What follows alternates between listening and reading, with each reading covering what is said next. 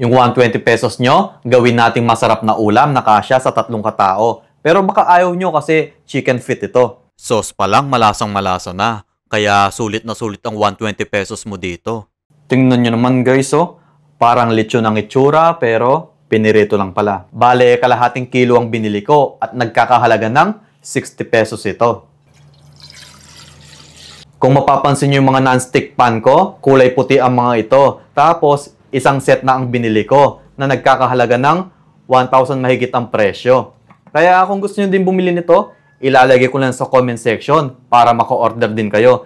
Tingnan nyo naman guys, oh, ang kinis at ang ganda pa. Last year ko pa binili to. Pero yung itsura, matibay at elegante pa. So, ilaga na natin to.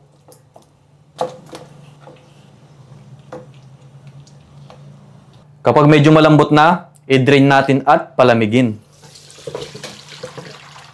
Gawin na natin yung pang-marinade. Ibuhos natin yung 1 kutsarang toyo, 2 kutsarang oyster sauce, 4 na kutsarang asukal, 2 kutsarang ketchup,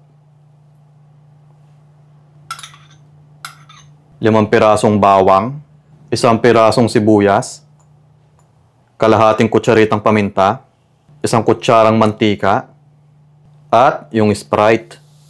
So, i-mix lang natin ito mabuti. Next naman, i-marinate na natin yung manok. Bale, ibababad lang natin ito ng 2 oras.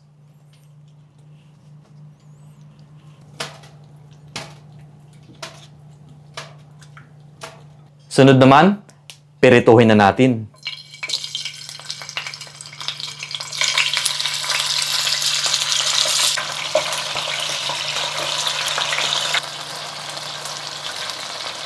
Tapos, ibuhusan natin yung pinagbabaran dito.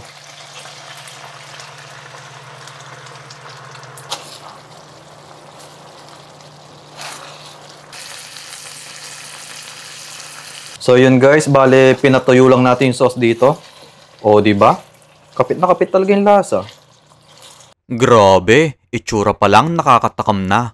Tingnan nyo naman guys oh, parang lechon ang itsura pero pinirito lang pala. Kaya naman, tikman na natin to.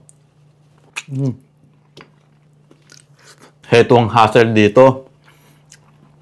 Kada kagat mo, may buto.